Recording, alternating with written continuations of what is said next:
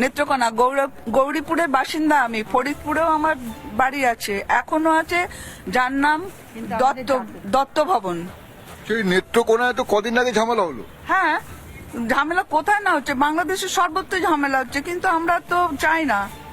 কিন্তু আমরা চাই ওরাও শান্তিতে থাকুক, আমরাও শান্তিতে থাকি। ওরা যেমন জুতোর মালা পরিয়ে মুক্তিযোদ্ধাকে অপমান করলো, কিন্তু আমাদের ধর্মে সেটা হয়ই না। আমরা যদি কাউকে চাই মালা পরাবো, কিন্তু আমাদের বিবেক বলবে আমরা পরাবো না। আমরা কাটাকাটিতে যেতে চাই না। আমরা যদি ইচ্ছা করি আমাদের পরিবার নিয়ে আমরা ওদের দেশেও ঢুকে পড়তে পারি। আমাদের যদি কলকাতা থেকে বা পশ্চিমবঙ্গ থেকে ওদের দেশে আমরা যাই, তাহলে ওরা কিন্তু আমাদের থেকে রেহাই পাবে না। কিন্তু আমরা মারামারি কাটাকাটিতে একদম যেতে চাই না। আমরা কি বলছেন? উনি তো বলছেন রেহাই পাবে না, কলকাতা থেকে গেলে কেউ রেহাই পাবে না, কিন্তু শান্তি চাই বলে করছি না, তাই নাকি? হ্যাঁ, শান্তি চাই, আমরা সবসময় শান্তি চাই, আমরা এরকম চাই না। কি বলছেন? কি বলছেন? মালা যে পড়ালো, এটা তো খুবই অপমানজনক জিনিস না একটা বয়স্ক মানুষকে। আর যদি আমাদের পরে ভালো লাগবে সেটা দেখতে, সেটা তো খুব বাজে জিনিস না? হ্যাঁ হ্যাঁ হ্যাঁ, এগুলো খুব।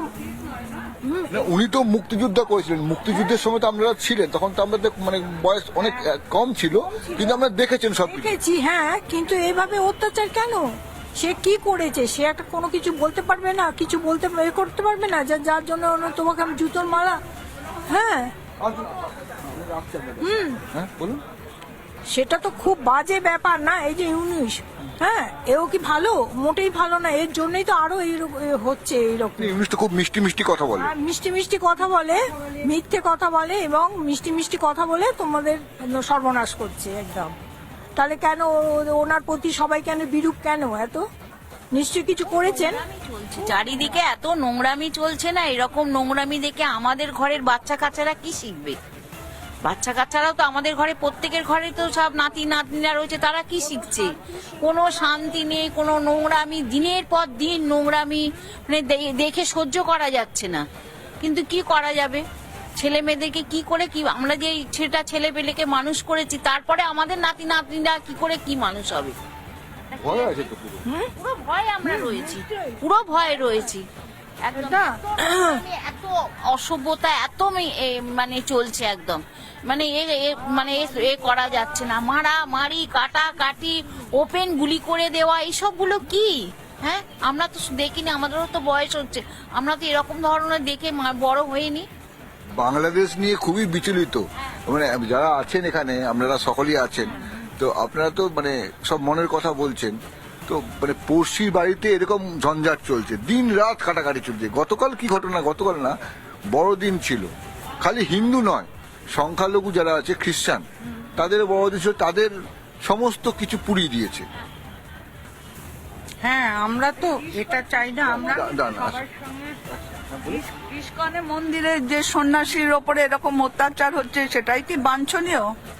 আমরা তো ওদের দেশের মৌলবী, তো আমাদের এখানে টিকিয়াপাড়ায়, আমাদের কৈলাস রোডে ভর্তি। আমরা তো ওদের তো কিছুই করছি না, ওরা আমাদের সঙ্গে বন্ধুত্ব। ওটা তো অন্য দেশ। হ্যাঁ, আমরা অন্য দেশ হলে বা মোহামেডান বলে তো আমরা তো আলাদা দেখছি না তাদের। ভারতবর্ষ তো ধর্মনিরপেক্ষ দেশ, এখানে হিন্দু মুসলমান ভাই ভাই একসঙ্গে থাকে, কিন্তু বাংলাদেশে সেটা হচ্ছে না। না, বাংলাদেশে হচ্ছে না, হচ্ছে তাই তো। আমরা যেমন কো এক্সিস্টেন্সে বিশ্বাসী, তারা নিশ্চয়ই নয়, কিন্তু আমরা সবসময় চাই যে সবার সঙ্গে সমান করে আমরা চলবো, থাকবো। কিন্তু তাদের যে এখন যে দেখতে পাচ্ছি যে সত্যি বাংলাদেশ, মানে আমরা বাংলাদেশকেও অনেক করেছি, শিল্প বলুন সবকিছুতে, কিন্তু এখন দেখছি যে সেটা তারা মেনে নিচ্ছে না। কি হলো বলুন তো, আচমকা বাংলাদেশ হঠাৎ করে ওদের কি মতিচ্ছন্ন হলো নাকি? অবশ্যই, কি বলবো, মানে এরা অমানুষ। অমানুষ বাংলাদেশের মতিচ্ছন্ন হয়ে গেছে বলছেন এনারা, বলছেন বাংলাদেশের মতিচ্ছন্ন। আপনারা এখানে এসছেন, বসে আছেন, নমস্কার। এই যে কথাগুলো হচ্ছে, ওনারা বয়স্ক মানুষ, মুক্তিযুদ্ধের সময়টা দেখেছেন, বলছেন বাংলাদেশের মানুষরা অমানুষ, মানুষই নয়। না, একদম একমত আছি। অমানুষ মানে বলতে একদম অত নোংরা আর একদম গার লোক আমরা জীবনে কোথাও দেখিনি। আর বাংলাদেশের আমরা এখন কথা বলছি, আমার মনে হচ্ছে যেরম স্টেটমেন্ট ফিরহাদ বাবু এখানে দিচ্ছেন পশ্চিম বাংলায়, আর এখানে আমরা আমরা কথা বলছি বাংলাদেশ। আচ্ছা, তো এটাও বাংলাদেশের মতন তো পরিবর্তিত। এখানে একটা মিনিস্টার, একটা মেয়র হয়ে বলছেন যে আমরা ইনশাআল্লাহ আমরা গরিষ্ঠতা কিছুদিনের মধ্যে গ্রহণ করে নেব। এটা কি আপনার মনে হচ্ছে না এই বাংলাদেশের দিকেই এগোচ্ছে? আজকে আমরা বাংলাদেশ নিয়ে পরিচর্চা করছি, হয় কিছুদিন পর আমাদের পশ্চিম বাঙ্গাল নিয়ে এই পরিচর্চা করতে হবে। মানুষ ভয় পাচ্ছে বাংলাদেশ নিয়ে কথা বলতে বলতে। আমরা আরো অনেকে মানুষ হয়ে যাবো। দাদা, আপনি কি এখানে প্রতিদিন আসেন নাকি? হ্যাঁ, আমি প্রতিদিন আসি। আসলে এখানে ব্যাপারটা কি হচ্ছে বাংলাদেশ নিয়ে? ওনাদের সঙ্গে কথা বললাম, বয়স্ক মহিলাদের সঙ্গে, ওনারা খুব ভয় পাচ্ছে। তো বাংলাদেশ নিয়ে কেসটা কি? বাংলাদেশ নিয়ে আসলে আপনারা ভাবছেন কি? দেখুন, বাংলাদেশ এখন ট্রানজিশনাল চেঞ্জে যাচ্ছে। বাংলাদেশের এখন যা হচ্ছে, ফ্যাসিস্ট গভর্নমেন্ট, একটা থিওক্রেটিক নেশন বিল্ডিং একটা প্রবাবিলিটি হচ্ছে। আজকে বাংলাদেশে এটা দেখে আমাদের খুবই কষ্ট হচ্ছে, যেহেতু আমরা ভারতে আছি। একটা না, বাংলাদেশে কষ্ট হচ্ছে, দুঃখ হচ্ছে, ছেড়ে দিন, কিন্তু হচ্ছেটা কেন? হচ্ছে এটা দেখুন, ওইখানে কালকে যা হয়েছে বান্দরবনে 17 জনের বাড়ি পুড়িয়ে দেওয়া হয়েছে জাস্ট বিকজ ওরা খ্রিস্টান ছিল। তারা প্রেয়ার করতে গেছিল আগের ডিস্ট্রিক্টে, সেই ডিস্ট্রিক্টে ওইখানে চার্চ ছিল না, তার পাশে গ্রামে গেছিল। তাদের উপরে একটা ফ্যাসিস্ট আক্রান্তা এসে তাদের ঘর বাড়ি জ্বালিয়ে দিয়েছে।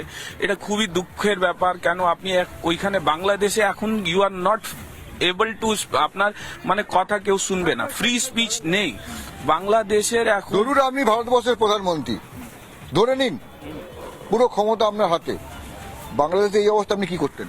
দেখুন, বাংলাদেশে এখন আমরা ইকোনমিক স্যাংশন করতাম, কিন্তু কোন দেশের একটা লেজিটিমেট ডেমোক্রেসি হয়, একটা রেসপন্সিবল ডেমোক্রেসি হয়, আমি এটা চাইতাম না কি বাংলাদেশে আমরা মিলিটারি অভিযান চালাতাম। কিন্তু হ্যাঁ, বাংলাদেশে ডিপ্লোম্যাটিক টাইপ করে, ইন্টারন্যাশনাল প্রেসার ধরে বাংলাদেশে নানা দেয়ার আর সো মেনি, অনেক চ্যানেলগুলো আছে, সেই নিয়ে আমরা বাংলাদেশকে বোঝাতাম কি তোমরা যা করছো বা তোমাদের যেখানে ইন্টারনাল ডিফারেন্সেস বা হচ্ছে। কিন্তু চোরা না শুনে ধর্ম কাহানি সেটা হয়, কিন্তু দেখুন এখন তো আমাদের যা ইন্টারেস্ট আছে, আমাদের দেশের ইন্টারেস্টটা ওইখানে ভ্যালিডেটেড করতে হবে। আর বাংলাদেশে যা হচ্ছে সেটা আমি মানে সরাসরি তো বলবো না, কিন্তু ইন্ডিয়ার একটু কিছু একটা নেগলিজেন্স আছে ফ্রম ফরেন পলিসি নিয়ে, কি বাংলাদেশ নিয়ে আমরা কি ভাবছি। বাংলাদেশে এত বড় ঘটনাগুলো হয়ে গেল, হিন্দুদের উপরে, সংখ্যালঘুদের উপরে যা করে আক্রান্ত হচ্ছে, যেরকম ওদের ধর্ষণ করা হচ্ছে, মেয়েদেরকে বাড়ি থেকে তুলে নেওয়া যাচ্ছে। পাশের একটা অত বড় দেশ, রেসপন্সিবল দেশ ইন্ডিয়া, কেন এখন পর্যন্ত ঘুমিয়ে আছে?